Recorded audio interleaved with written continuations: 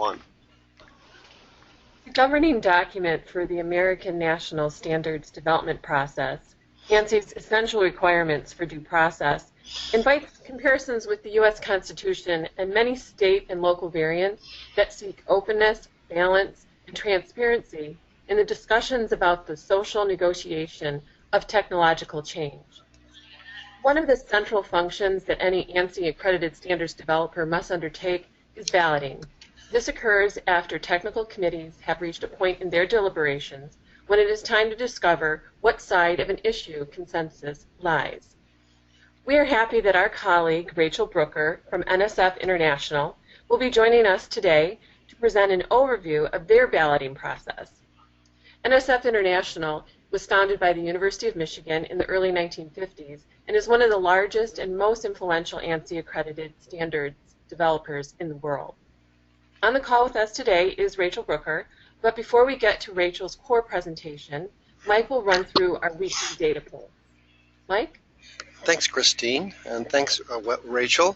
On the call today, we have, obviously, Christine, we have Dennis, and we have Drew Green, and they're customary attendees. This is actually a pre-record of what we normally do on a Friday afternoon because of the long weekend, and we have put in some fairly serious time over the past month or so. It's time to take a little bit of a break on Friday afternoon. So that was the thinking here.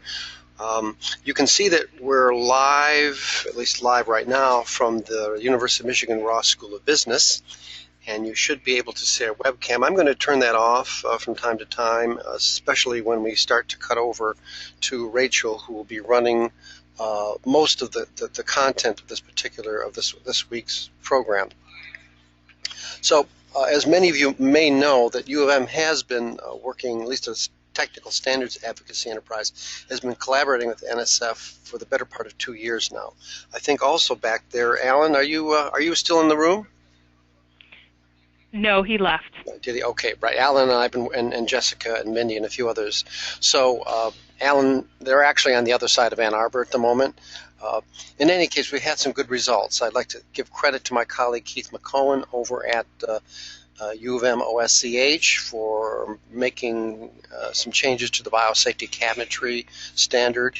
We're also looking at food safety standards, there's water standards, and there's an expansion of NSF into other areas like sustainability of servers, how you recycle some of the chemicals that are in circuit boards that are in data centers. So this is not really the time to deal with all their standard suite, but underlying them all will be what Rachel talks about, how they get their technical experts to converge upon consensus after the discussions that are necessary. I should say that also Kevin Lawler, who is NSF's Chief Executive Officer, is the chairman of ANSI's Executive Board. So that's the highest board that's not a permanent staff there. In any case, technical standards, Kevin will be among those who will be welcoming Joe Bhatia again in September. Joe was here last September, and also it's likely that we will have the company member forum that ANSI has every year here in Ann Arbor. So we're working on the negotiations there. So this is the second year in which we try to expand the engagement of the education and university-affiliated healthcare industry and the ANSI standards developers. We won't run through the week's work. We'll wait for that next week, but I would like to go through a data point of importance. It's really a matter of clarification. As you know, every month we try to follow the construction data that we get from the U.S. Census Bureau. So last week, a couple clarifications. I had indicated that the university-affiliated healthcare industry and the education facilities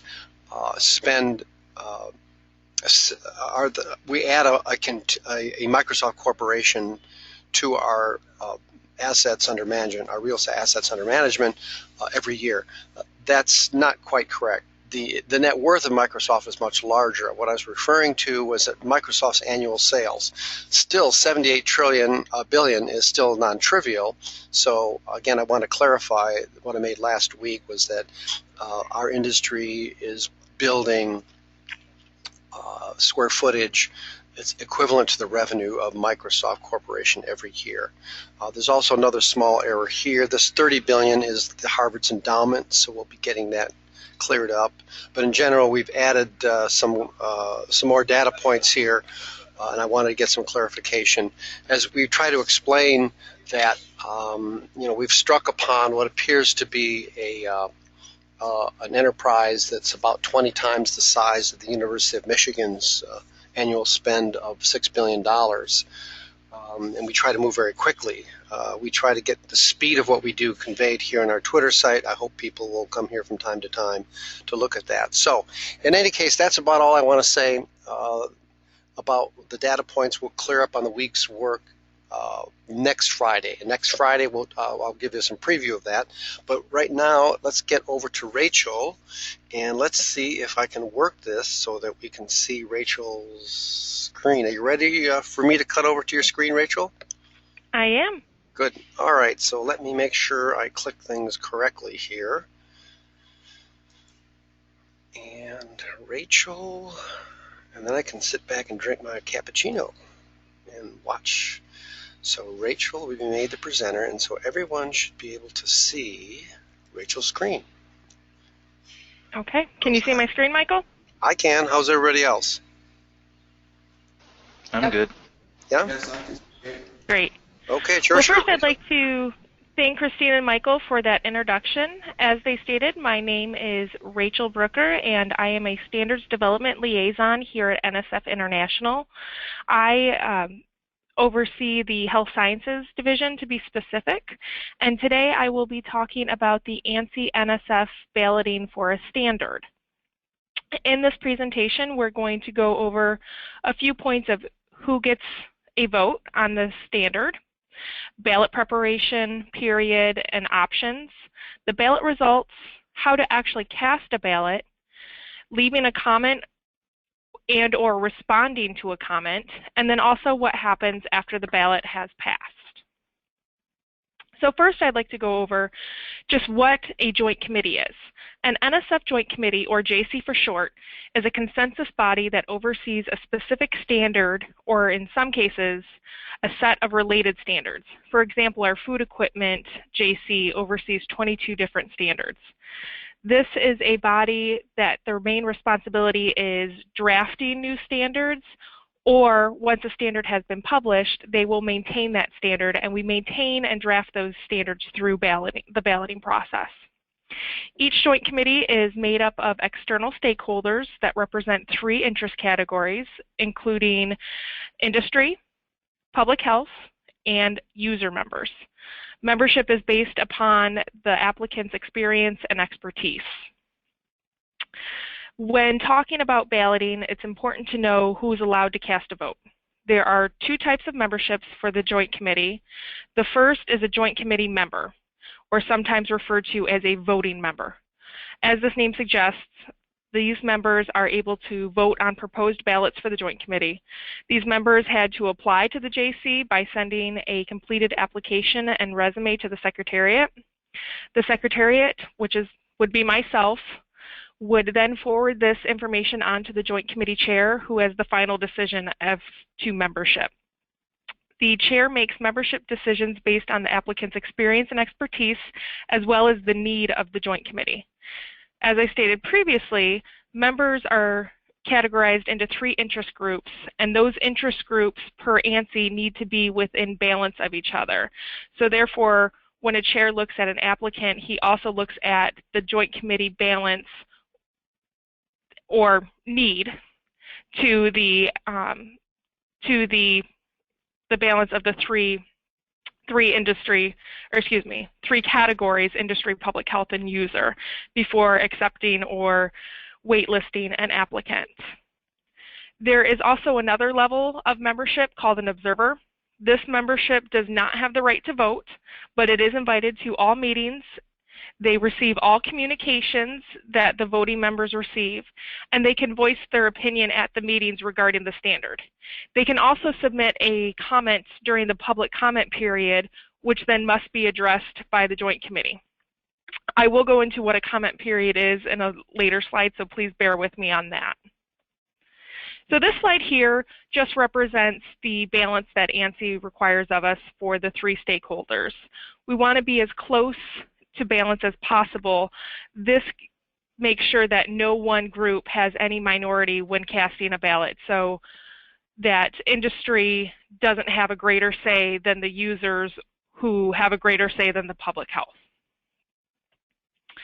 A ballot is required when drafting a new standard. Oh, excuse me, Rachel. Yeah. Would you be able to go back to that last slide, just to comment on sure. that? Yeah. If you'll notice that our icon for our social media presence, Standards Michigan, we use the three verticals of the M to indicate user, producer, general interest, and our interest is what we call the user, owner, final fiduciary. I wanted to come in here because I know that Christine and some others have often seen me refer to the three broad categories as user, producer, general interest. And so, but I've also said that an industry often has to make some exceptions, or they call it something a little bit different. So in your case here, the industry would be the producer, just in terms of user, producer, general interest, as we understand from the ANSI accredited document. How could you describe each of these categories in those terms? Sure, and it will be each joint committee application has examples of each of the three categories, so it will be a little different depending on your joint committee that you're applying for. But in my dietary supplements, an industry member would be a member that produces the dietary supplement itself. An end user would be a retail store that sells those. It could be a physician if they are telling their patients to use any kind of dietary supplements, and then a public health, that's going to be, we do have, FDA, any government, military, or academic that has a interest in that scope of that standard, but is not producing or technically using that product. Does that make sense, Michael? It does. It's okay. Very industry specific, as you say. Yeah. And I also am fast to say that it's not easy getting subject matter experts taken away from their regular work to develop what they call their regular paying work to do something with right. So-called volunteer. Of course, there's indirect benefits, as you know. In terms of the documents that university has been interested in, we were interested in swimming pools because there's a fair number. For whatever reason, I'm seeing a lot of action in swimming pools. I'm not sure if it's a Clean Water Act or amendments to the Clean Water Act. Also, we're seeing quite a bit of action in the food safety area. We are interested in food safety because we've got a lot of hospitals, dormitories, football stadiums have enormous food preparation areas. So those are when NSF those committees will have their own way of establishing balance that may use different words than what we see here. Is that right? Yes. And if you have any question on that, at the last slide, I do have my contact information as well as Allan Rose. And if you wanted to, you can reach out to us and ask where you would fit into that, which stakeholder category you would fit into per the specific standard that you'd be interested in. Okay. I'm sorry. I didn't want to belabor it, but... No, thank you. Yeah, okay. Go ahead. Okay. So the next slide, if we're talking about balloting, it's obviously paramount that we talk about why a ballot is put forward. So a ballot is required when drafting a new standard or when an individual or organization submits what we call an issue paper. An issue paper is a document that can be submitted by anyone. I want to reiterate, this does not need to be just from a voting member. Anyone in the public can submit an issue paper. It's a document that highlights a change that the issue proponent would like to see addressed. The Joint Committee generally breaks up into smaller task groups that focus on specific sections within the standard. These task groups work together to draft language for their specific section of the standard. Much of the work on the standards does happen in these task groups, but a single individual or organization can also propose language as well. And in fact, within that issue paper, there is a section that asks for them to submit some proposed language for the task group or the joint committee to look at. So once the task group has an agreed upon document that they would like to ballot, they give that to the chair. And the chair will then review all the joint committee correspondence relating to that ballot. They'll look at the draft and all supporting documents. Once the chair has made the decision to move to a ballot, the Secretariat creates a ballot on the NSF online workspace, which you'll also commonly hear is called the Now. I will go into that in a few slides later, so bear with me on that. But creating a ballot on this system will send an automatic email to all the members. That's both the voting as well as the observers. That will include a memo for the ballot itself, and then any supporting documents that are required for justification for this ballot. So along with the joint committee voting members receiving the ballot, the Secretariat must also file that ballot with ANSI. Because of the openness that is required for the ANSI process, each ballot is published in the ANSI Standards Action for public review and comment. The chair determines the length of the ballot, and per NSF policy, members are given a minimum of 14 calendar dates for the transmittal date from the transmittal date to the return of the ballot. However, most ballots are open for 21 days. 14-day ballots are mostly utilized for adjudication and recirculation ballots. Again, we try to give as much time as possible for our members to cast their ballot as well as the comments to come in. Ballots received after the closure date will not be counted. The ANSI public comment period is determined by the length of the document itself. If the document is 5 pages or less, it can generally be published in its entirety within the standards action. And in that case, it will only require a 30-day public comment period. If the document is larger than 5 pages, then it cannot be published in its entirety in standards actions and must be made available electronically, and this will require a 45-day public comment period. There is a third option of a 60-day minimum requirement if the document is so large that not only is it not publishable in the standards action, but it's not even, it's too large to even be sent electronically and would have to be printed and mailed. And so in those cases, which are rare, it is a 60-day minimum public comment period. An important thing to remember with this timeline is that the public comment period does not open until the document is actually published in the standards action, and not when the Secretariat submits it to ANSI. So for example, a ballot could be submitted to ANSI on June 2nd, and there is a printed schedule that we have, and you can get it on the ANSI website as well, but the next publication after June 2nd actually isn't until June 19th. So the 30, 45, or 60-day public comment period would not actually be posted until June 19th, making it end on July 19th. Mm-hmm. Just one of those little nuances to keep in mind. Yeah, we do follow the standards action weekly here. Yeah. What I've also heard, and you've given me some new information about the page limits, where a change, especially under continuous maintenance, and I think in some cases we actually covered continuous maintenance a couple months ago in one of our weeklies. We compared the continuous maintenance process to the way that the U.S. Congress will take the Clean Water Act or the Energy Efficiency Act and make amendments to it overnight. Whereas at least in the ANSI process, the public can see it. They can see the whole document before they pass it, so to say. And one of the criteria also is that is that sometimes the safety characteristic, for example, the Consumer Product Safety Council or the Underwriters Lab or even NSF, you need to be in continuous maintenance for many of your documents simply because water safety, food safety are hazards that can be transferred very quickly.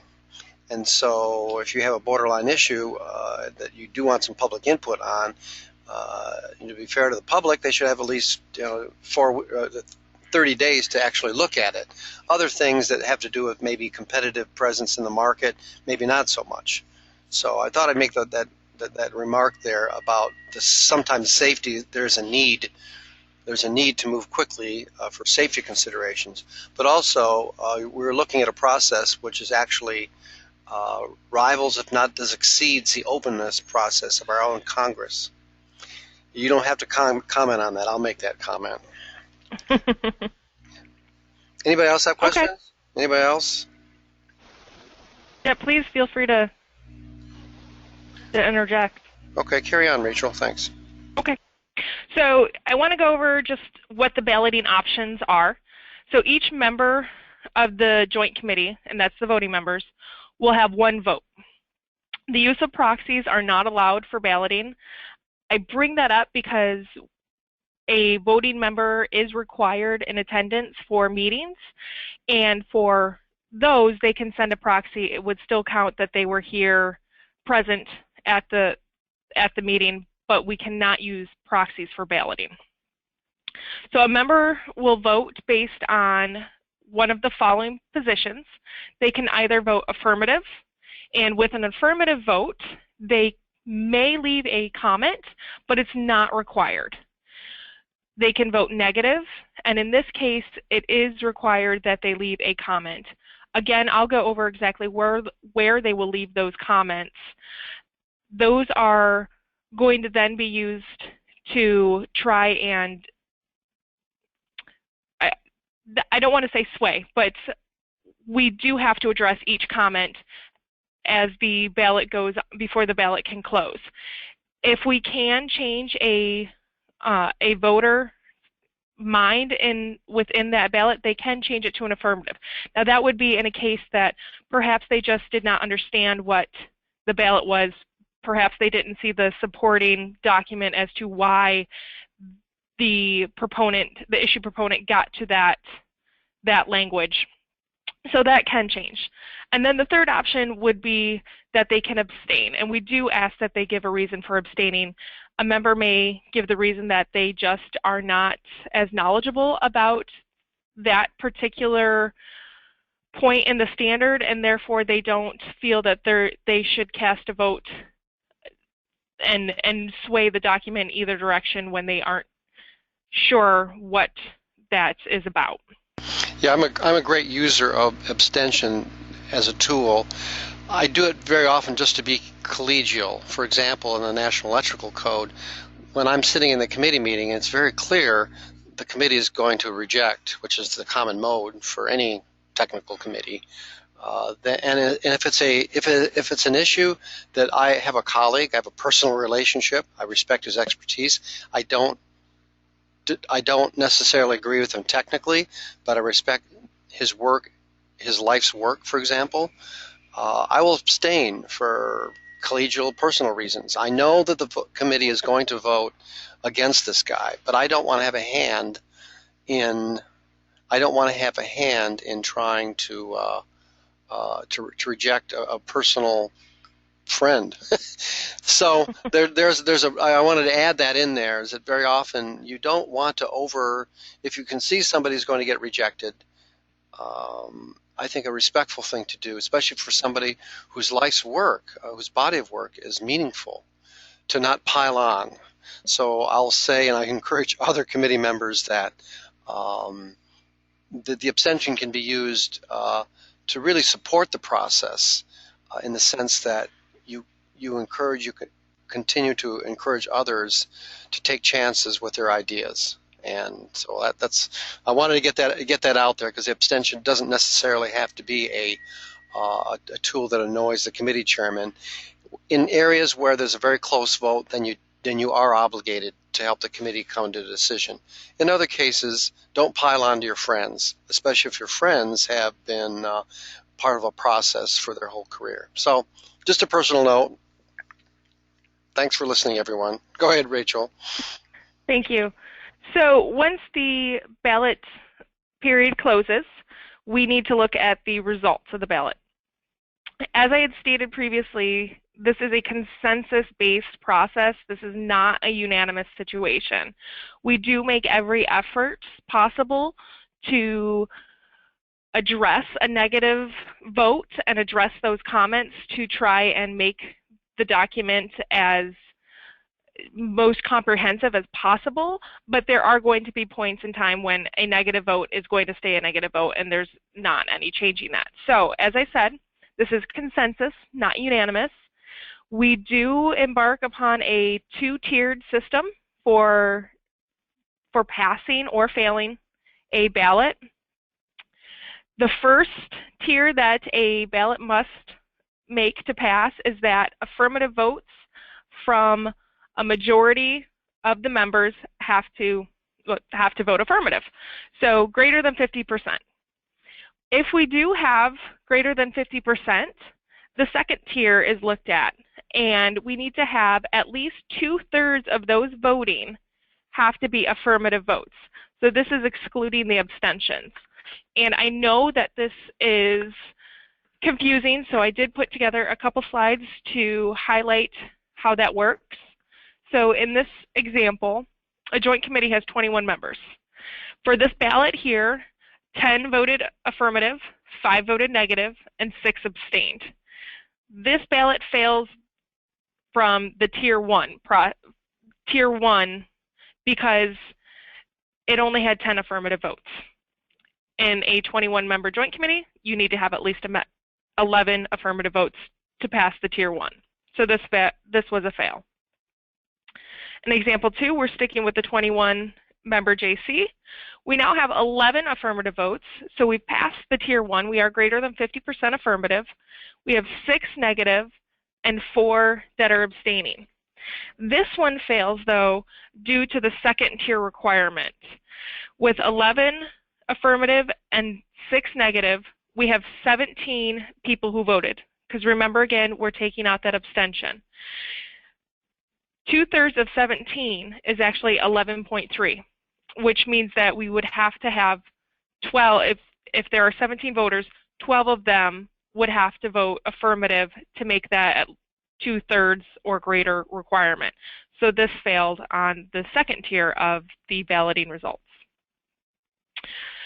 Sticking again with the 21-member JC, this one here we had 13 vote affirmative, so we've passed the tier 1. We had 4 vote negative and 4 abstain. With the 13 and 4, we still have 17 votes, and now that we have 13 of those 17 have voted affirmative, we did pass the second tier, which for greater than 2/3 voting affirmative of those 17. So that would be considered a passing ballot. Again, we still had negative, and we must show to ANSI that we have done everything in our power to address those negative votes and negative comments, but we can still move forward because we passed both tiers of that balloting. So now we're going to move into the actual web-based page that I had spoke about that each joint committee has. So this is the home page of a joint committee that's on our Now. This is just a group that we had put together.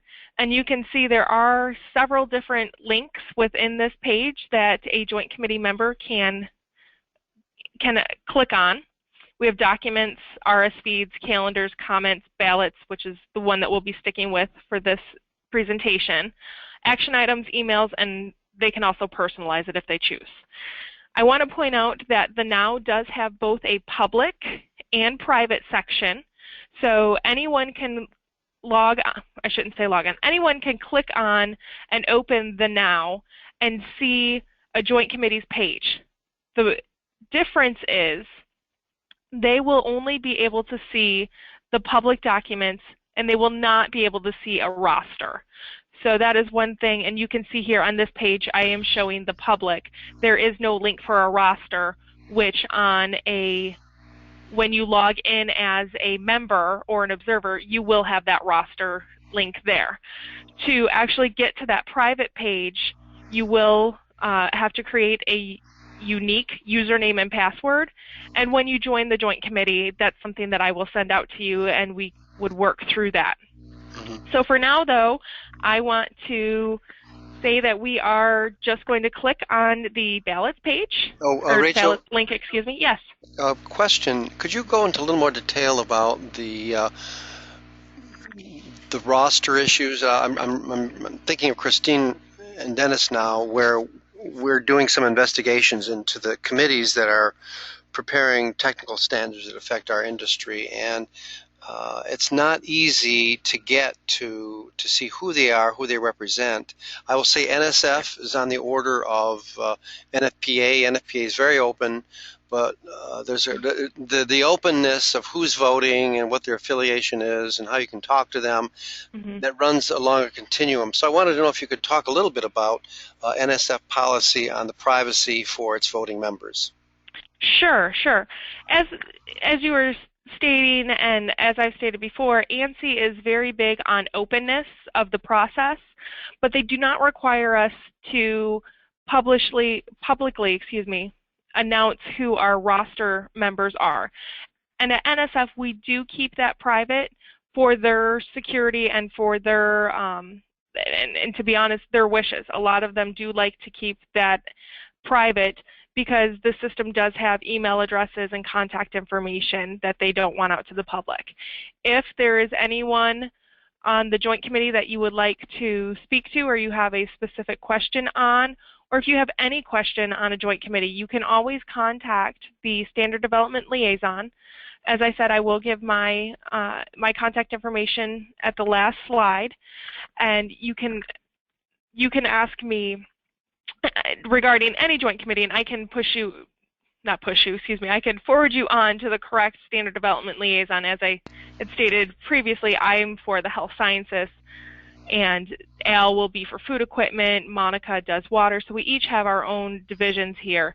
But if you have any questions on specific content within the Joint Committee, please direct that to one of us, and then we can contact that member and see if they are willing to speak with you on that. If not, we can direct conversation between the two of you. Okay, thank you very much. Rachel, this is Christine. Yeah. I have a question. So we've talked about how the standard development process is open, and that's how ANSI has it.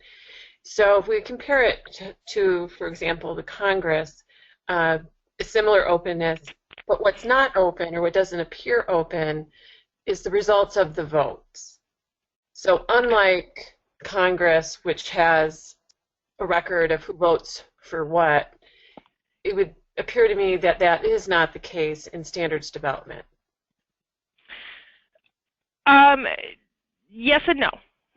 We do keep records of this, and in fact, I'm going to, you'll see a slide of that in a further down in the presentation here. You'll see a slide where it does show you the voting statistics, who voted, the comments that are placed on there. And if you wanted to specifically see any of those, you can ask to be put on as an observer, and the observer does have all rights to this page as well. Okay. So it is, in that case, a very open process. Anyone can join as an observer, and therefore you would get your own unique login and password to this account, and you can click on and see what these statistics are. Hey, Christine, to add a little bit more to what Rachel had said, I think in the case of the Congress, there's many interest groups that are out there counting votes. Congress's actions are very well covered in medias, and there's a bazillion trade associations that are out there watching their actions. I'm not sure if the drainage cock on a biosafety cabinet rises to the level of of large public interest. So, in a certain degree, people take when they go into a public pool, they take that for granted.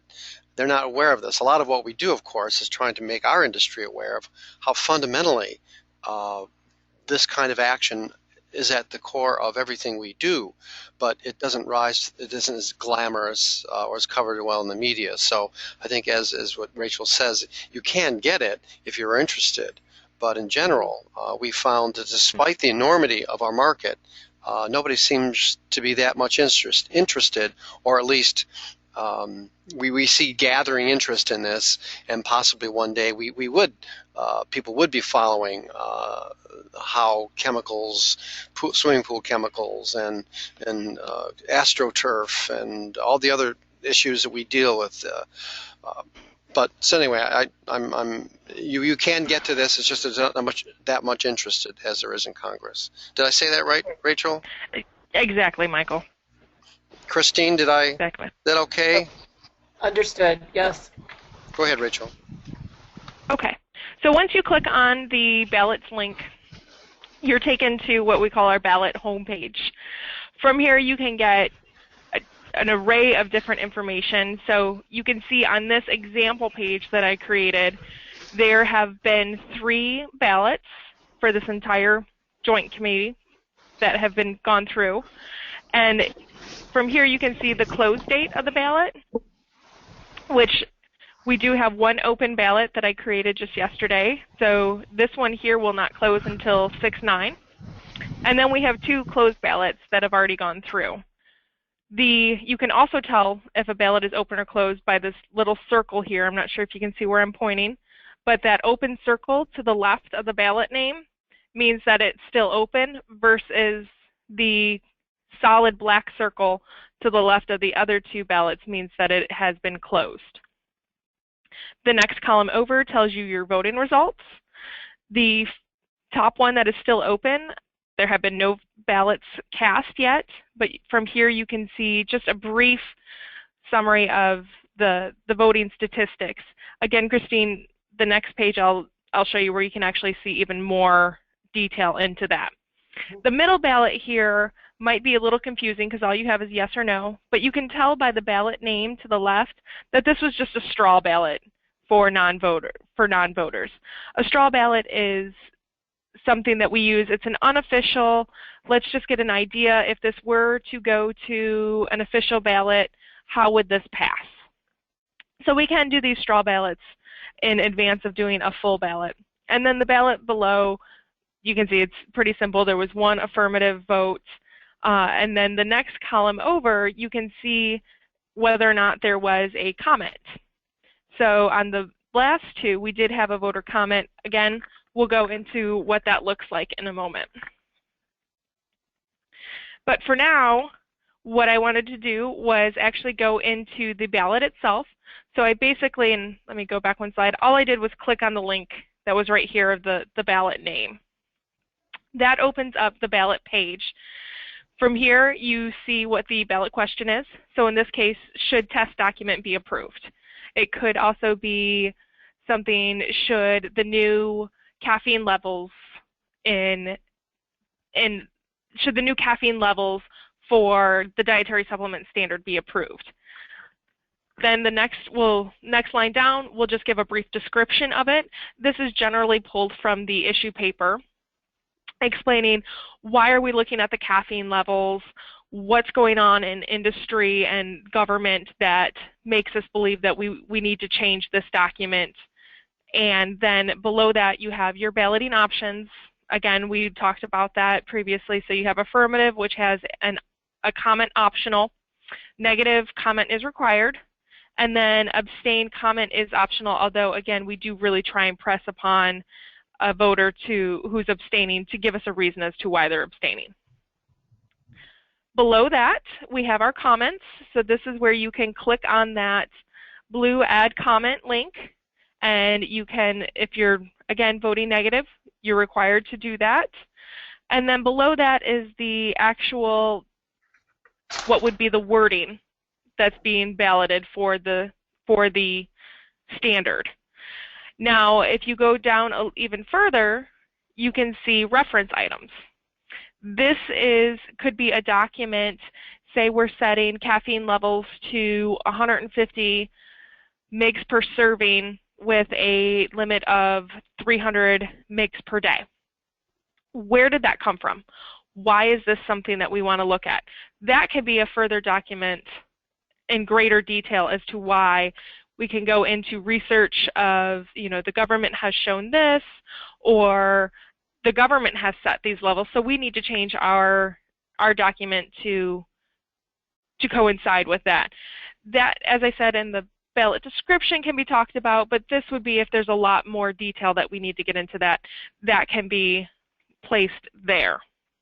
I'm glad you're bringing the government's influence into play here. Yeah. Because it's, as always, we're in the sensitive business. There's a fine line.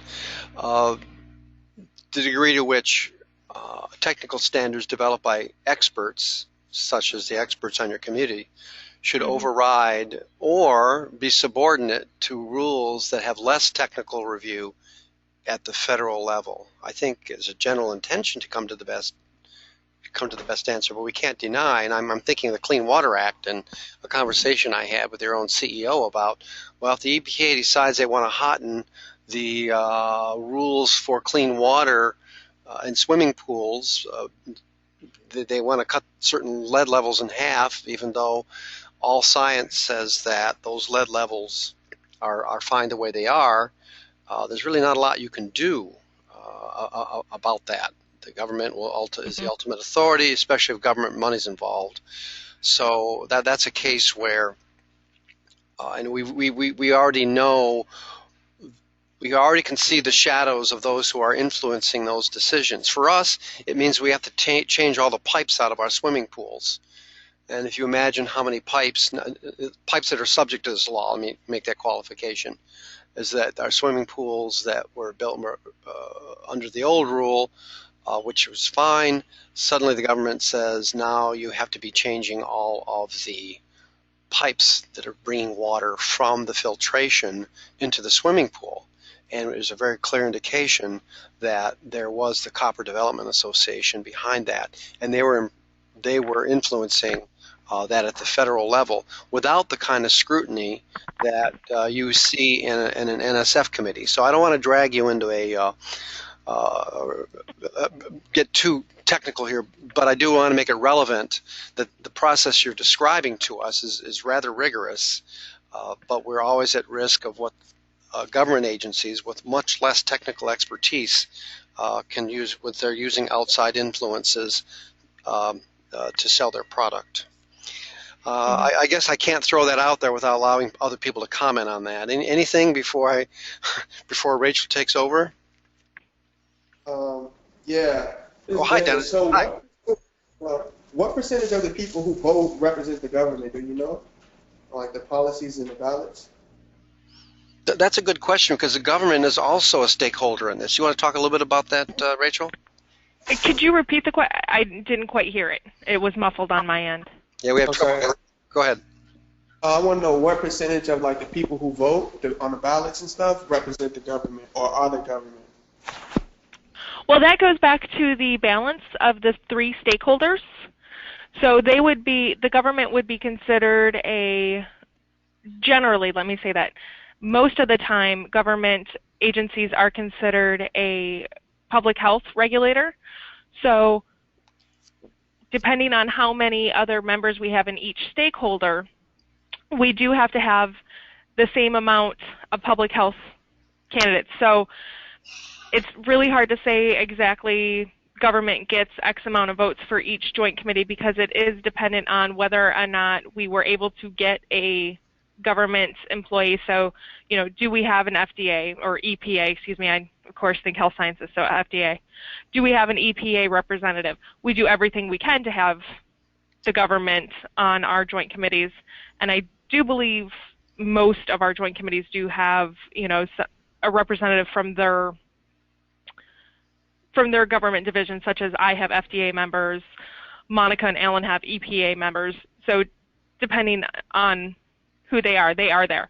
But to say that every ballot has X amount of government representation, I can't say that because within that public health category, there can be academic and representatives from that. So I will say public health gets a 1/3 vote. Does that make sense? Yes, it does. Okay. That's important, as I'll reiterate that the government is a legitimate stakeholder, and when you go to ANSI essential requirements, you'll see that they're identified there. So even though we understand that what motivates that interest, it's no different than what might motivate our interest. You know, they're voting for their economic interest, safety and sustainability. So it's important to have the government involved because they represent a constituency, which is every bit as legitimate as ours. Okay, Rachel, go ahead. Yes. Yes. So the next page that I've already popped up here, this is actually the same ballot page. It's just further down the screen, a scroll down. So you can see we're looking at the reference items are still on there. But why I wanted to show this is because below the reference items is where you're going to get your voting statistic link, voting summary by option, voting summary by interest category. So, Christine, this is where you would see who's voting which way, how did they vote, and then importantly, I wanted to highlight the voter comments collected during the ballot voting. So on this ballot here, Allan had made a comment on this, even though I think that he had voted affirmative, he still made a comment. So from here you can see that the submitter's name, the subject of the comment, again, we're really original with all of our names of test. And then his comment, again, was test. Now, if this was a larger comment that cannot be fully shown on the screen, you can click on the subject link here, and that will actually open up the comment page itself. You can also click on that if you want to respond to Allan. So on this, Allan had commented just simply test, but I could type in if he had commented, say, on the caffeine that he questioned why is it 150, and I'm just throwing out numbers here, but say we had 150 mgs per serving, but we had a daily limit of 450. So his comment could be, well, why are we coming up with an uneven number? And so a person can add a response here as to why that happened. Again, those numbers aren't, please don't think that we're doing that. We do have the reason caffeine is in my head, we do have a caffeine ballot open right now. So if you want to go and have information on that, I'd be happy to show you. But that's why that's sticking in my head. The person that's responding can also add some supporting response. So say there is, again, a research paper that's specific to why you want 150 and 450, even though they don't evenly equate to each other. So they could add this, they could upload that there. That would go back to Allan, and it can keep going back and forth, and Allan can respond. You know, perhaps we changed Allan's mind, and perhaps he had voted negative. Let's go with that, even though he voted affirmative. But if he had voted negative, we could come up and show him, well, this is the supporting documents. This is why we did it. Here's my response. And then Allan can respond, okay, I understand now. I'm going to change my vote to affirmative. And he can do so as long as he's still within that open ballot process time. Or he can comment and say, you know, I still don't agree with this. This is why I don't agree with it, and give his statement. And that can be, again, addressed.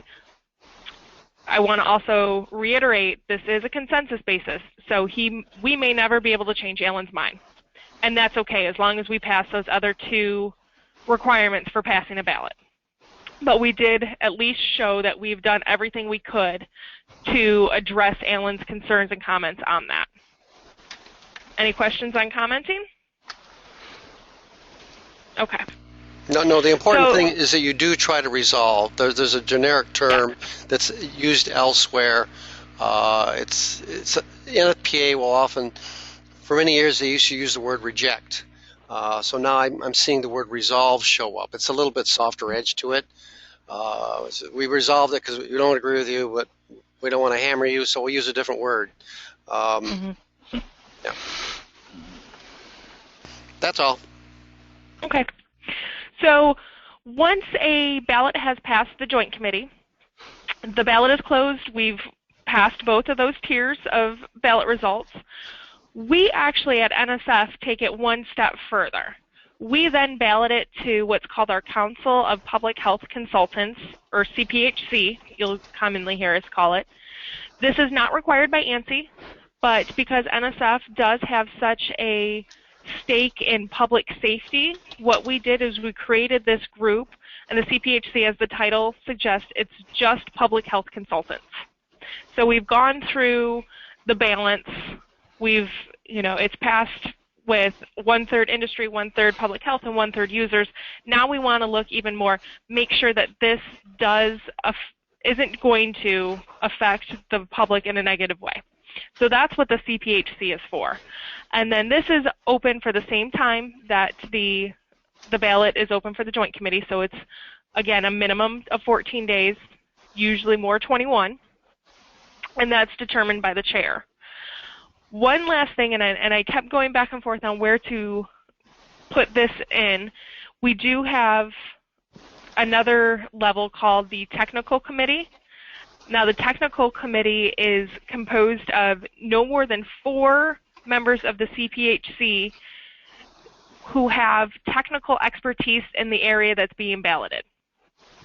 This group is balloted concurrently with the Joint Committee. Again, this is just another level that NSF does. And the reason that we do this is because we want to make sure that and I shouldn't say make sure, it's one step further to the likelihood that the CPHC is going to pass this as well. We are looking at a lot of timelines here. And so if you're doing a 14 to 21 day ballot with the Joint Committee and that passes, and then it goes to the CPHC for a 14 to 21 day ballot, but passes, we now have to start back from square one. So we created this technical committee to help make an insurance, again, it's not a complete insurance, but help to the process to say it's most likely going to pass the CPHC. That way we don't have to go back to square one. Does that make sense? It does. It's admirable that I'm thinking in the back of my mind, this process evolved from an idea the University of Michigan had back in 1940s. That's what caused NSF to be formed. We think of it as ironic that the University of Michigan is not, other than our work, we're as involved in this process as much as you would think. So that's item one. The item two is I just want to put it out there that the software that NSF uses is Kavi, and we actually have an account. So the rigor, I'm saying this specifically to Drew and to Christine and to Dennis. This software we already have. It's just we just have to fire it up and scale into it. So. Of course, that's a little bit easier said than done. But anyway, thanks. Any thoughts on that, Christine or Dennis?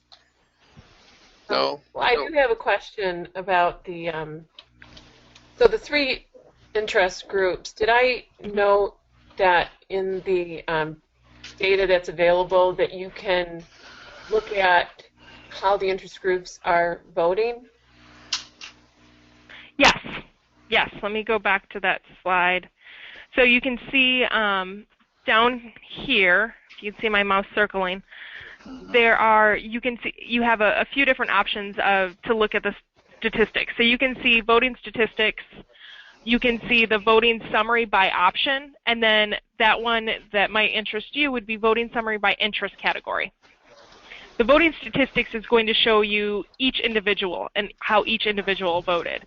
But the voting summary by interest category will show you here are, how is public health voting, how is industry, and how is user voting. Is that ever noted or looked at by those other, the public health consultant group or the technical committee? They do have, and I have personally had that question asked by a CPHC member to supply them with that information. So some do. I'm not going to say all ask that, but some do ask that, and I personally have been asked of that and given that information to them. Mm-hmm. Because one would suggest that information could be helpful in understanding who may have a vested interest in a particular standard being advanced. Absolutely. Absolutely. So. Okay, carry on. Is that anything else, anyone? Okay, go ahead, Rachel. Okay. So I want to also comment with the length of, again, with the timeline as I had spoke of. We have and it's hard to understand without seeing it out, but at the same time it's hard to actually lay it out because there are differences. So the Joint Committee has a 14 to 21 day ballot, and the Council of Public Health Committee has a 14 to 21 day ballot. I have had, in explaining this to new members, I have had some concerns that the fact that NSF does this extra CPHC ballot, that it adds too much extra time to getting the standard change published. And I would like to address that and say, while it can, if you do have two 21-day ballots, it can add a little extra time. But if you're looking at it, you need to keep in mind that we also have that public comment period being opened. That will last at least 30 days. And again, it can last 45 or 60. But even if it goes 30 days, as I had stated before, unless Standards Action is publishing, 2 days after you submitted, your public comment period doesn't open until that's already there. So really this CPHC vote, I think it's crucial, again, to make sure that we are addressing the public health, and it also doesn't necessarily add any more time to it. I have personally had votes that I've been waiting for the public comment period to end, a week out still from when it's already passed, the Joint Committee passed the Technical Committee and passed the CPHC. So this really doesn't add too much extra time to the balloting process itself. So what do we do after the ballot has passed everywhere and has closed through the public comment period with either no comments or comments that have been addressed? And I would like to point that out. If there are comments on the public comment period, even though those are public members and not members of the Joint Committee, we do need to address those comments before we can consider a ballot passed. So we do need to show that we have contacted that commenter, proponent, and make sure that we have addressed their issues and before we can move forward. So again, once all that has happened and we have either no negative comments or we have addressed them, then the ballot is considered passed. And the Secretariat, will then file what's called a BSR 109 with ANSI, notifying them of a closed ballot. Depending on the timing of the last publication and the severity of the change of the standard, the chair can then choose to either wait until the next publication was planned on to add this new language, or again, if it's a severe change, then we can make an immediate publication. Now, this is going to depend on a couple issues here, and I hope I can explain it properly. We generally, most of our standards are published on a yearly basis. Some can go longer, and then also, again, because of the severity, some of these changes need to be made immediately. So as an example, a standard was published on January 1st, January 1st, 2014. More than likely, we're not going to put out another issue another edition until 2015. But an issue proponent may have come forward with such a severe issue to that standard that was I'm not sure, overlooked, or there's a huge governmental change that this needs to be addressed immediately, we can put out what's called an addendum. So it would be an edition 2015A. So that can happen. That generally doesn't happen because it does need to be something that is such a severe issue that has to be addressed immediately. Again, not likely that's going to happen. More to the point, it'll probably come out in the next edition, and I'm just using January 1st as a time of reference. There's actually something in the news that supports your point. I'm not sure others know that last year we had the Society of Automotive Engineers. It was actually founded here again in Michigan, southeast Michigan, as you can imagine, many years ago. I think they're headquartered elsewhere. But if you saw the news yesterday, there's an enormous recall of airbags that are manufactured by a particular manufacturer. Now, you can see the Department of Transportation, and there might be another group in there, the federal government, they actually recruit some of the expertise on the standards development committees of the Society of Automotive Engineers. Again, they're headquartered over in Troy, Michigan.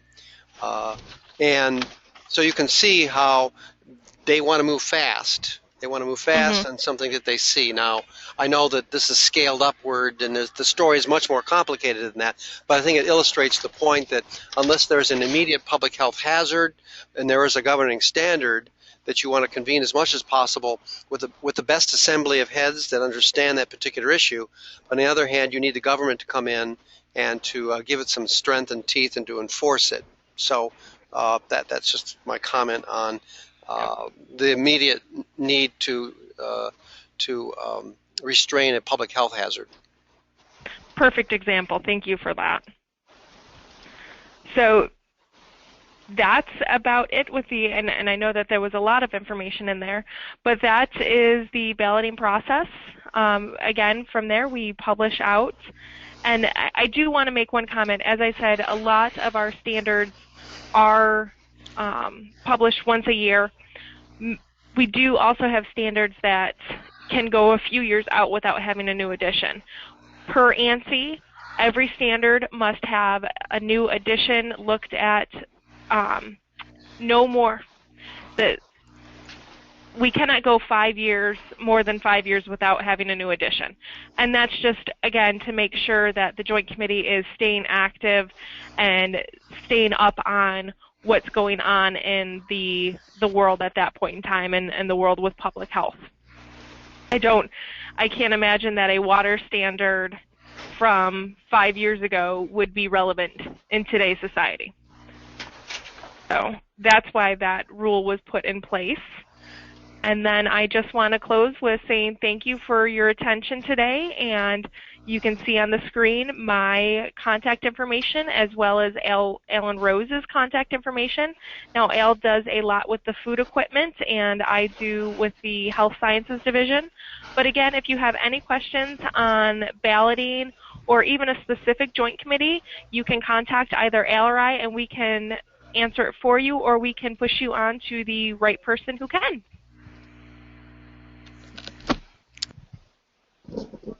Very, very good, Rachel. That really gives a lot of dimension to understanding. I'm speaking for myself, of course, to understand your particular implementation of this process. I admire it because I know, because I've seen other arrangements in organizations that are still in their infancy in becoming a standards developer. So you're defining the art of getting consensus among the best people in service of public safety. Are there any questions from anybody else? I have a few closing remarks, but any other questions from anyone else? Comments? No? It is a 3-day holiday. Normally we only go about a half an hour, but since we have an extra day to listen to all this, it's important. I think it's important for people to see how one of our local standards developers and really the leader and a global leader in this space manages for this. I think I mentioned that we also use this CAVI software. We will get ourselves going. We have new staff to help deal with that. I was going to cut over to show a few images that might help your presentation here. I wanted to cut over to the what I call the Constitution and the ANSI world, which is the due process requirements. Is that okay with you, Rachel? That's fine. Okay, good. So I'll make myself the presenter, and we can close out here. So let me pick through this. This always gets to be a bit tedious.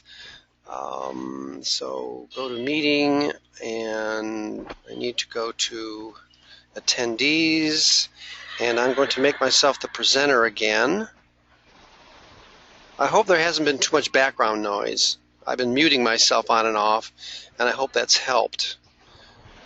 So you're still here, and okay, so let's get over. You can just go to a web browser, and you can type in ANSI essential requirements for due process. And it will take you. It's basically the Constitution, and for technical standards development in the U.S. and is a model for what goes on elsewhere in the world. I'm just going to type in the word ballot here, just so we can see that balloting is recognized as a core function. I like to repeat a joke by one of the 19th century leaders that said democracy doesn't lie in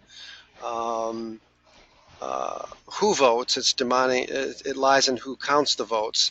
So you want to have you want to have a benevolent hand on the balloting process, so to say, and no hanging chads. And no hanging chads. So you can see that this document has some flexible but rigorous rules, if it's possible for both. It's important to understand, and I'll give Jim Thompson and George Gula credit. They're both employees of the American Nationals of ANSI.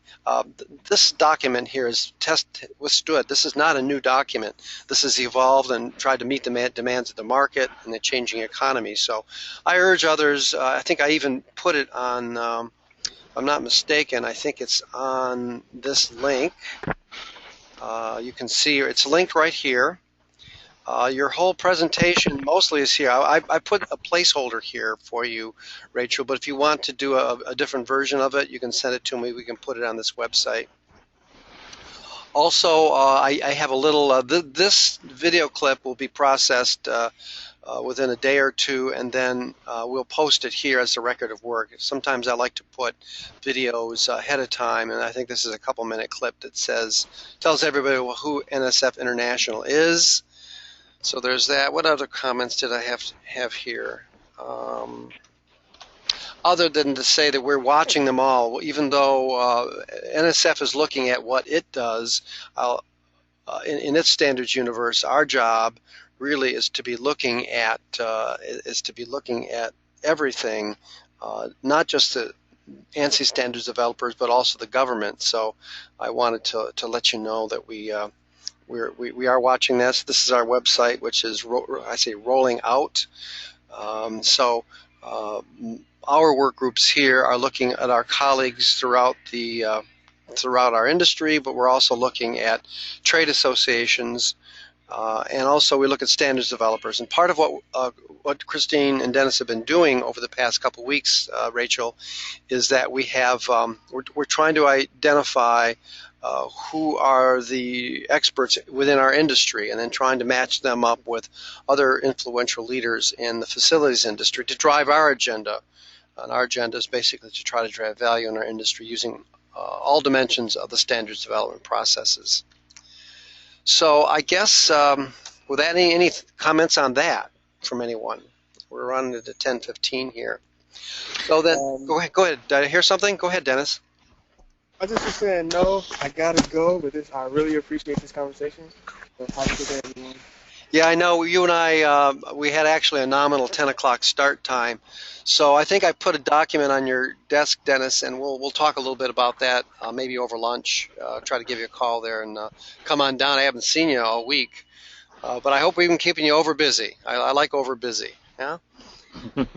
So next week, I think what we're going to do, correct me if I'm wrong here, Christine, but I think we'll be dealing with what we'll call, we'll explore the outer bounds of reasonableness in green economics. Last week or this week, we put out about 25 proposals to the ASHRAE standard suite, and many of them were in service of trying to get some what we think is reasonableness in the number of sensing devices you install on building control systems.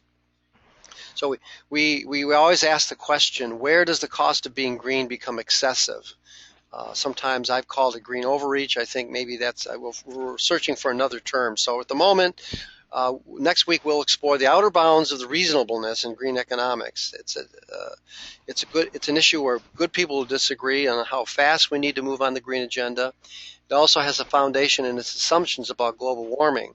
A great deal of revenue from the federal government flows into the academic side of our industry, and it's our mission to support the academic side of the industry to solve the climate change problem, however you conceive it. On the other hand, the business side is looking at a different set of numbers. So we're trying to strike the right balance there. At least what we're doing here is spotted clear indications of market making by incumbent interests that want to put into public law measures that sell their product or service, and we have successfully advocated in this ASHRAE suite. We think it's success because we think that there are better ways of accomplishing the same objective, and apparently some of the committees agree with us, and we count them among our advocacy achievements. So some of this is covered in the simpler part. If you go over here as a preview, you can see that we've dealt with this particular problem here. We'll be adding more to this based on what we did this past week, but what we did this past week will be covered next Friday. So I guess that's it. I know that I wish you a good weekend here, Rachel. I know that while the rest of us are going to be bringing our barbecues out, you're going to be going to China. Did I understand that right? Yes. Well, you guys will be celebrating with burgers and hot dogs. I will be celebrating with I'm not sure what, but. Actually, when I see some of the pictures of the delicacies of what they eat over in China, I suppose you've got a market, but you're probably going to have to make some cultural adaptations to what's considered edible. I did have a friend of mine sent me a picture from Paris while she was there and said of her food and said, I have no idea what I'm going to eat, and I'm not sure I want to know. And I said, well, welcome to 99% of what I'm going to be having in China. So maybe offline we can talk about. I had a friend that went there. So in any case, what considered food safety? That's probably an area that NSF is well qualified for. So with that, I guess we'll close the call, and I will see you. This will be up on our website, and I look forward to meeting you in possibly September. You're always welcome on our bi-weeklies, of course, and maybe even at the company member forum. You're just across town for us, and if you want to break bread, have coffee with our group here, maybe we ought to plan on doing that. We'll make a visit there maybe before the end of the summer, because we are planning some professional collaboration that's expanding. So. That sounds like a good plan to me. Okay. Christine, Dennis, Drew? Yes. All set? All set. As far as I know. Great. Thanks very much for your time, everyone. Bye-bye. Thank you. Bye-bye.